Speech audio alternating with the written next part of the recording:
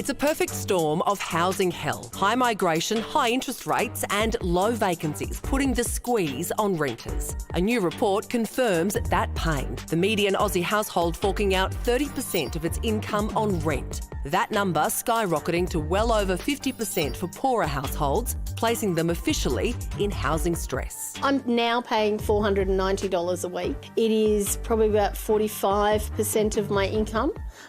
It makes it really tough because you have to plan everything down to the cent. Pauline is one of those feeling the pressure, made worse by a recent rent hike she refused to pay unless her landlord fixed her stairs, which she says had been condemned. I then told them I would pay half rent until they fixed the stairs. They then took me to the RTA for non-payment of rent. He gave me 6 weeks to be able to find somewhere else to live. In my experience, most landlords don't like to be taken to tribunal for these particular matters, and often this then results in the tenant being evicted.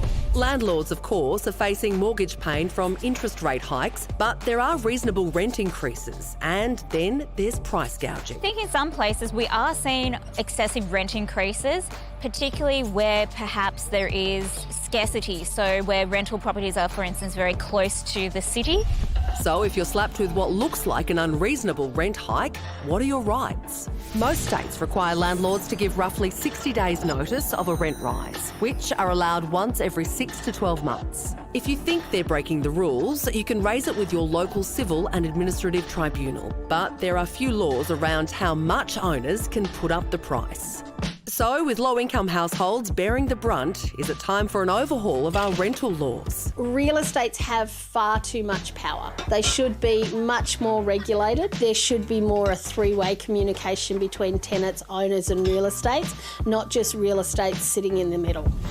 It's really hard to see how this is going to get any better. Property investors are now spooked because you have various governments, either state or federal, who are going to introduce perhaps rent caps on how much that can go up. The Greens want a complete freeze completely. Which they won't. I don't think that'll happen. That won't happen. Yeah. Sales tax changes in the Victorian state budget mean investors are looking maybe at Queensland. So should we have government intervention in the rental market, do you think?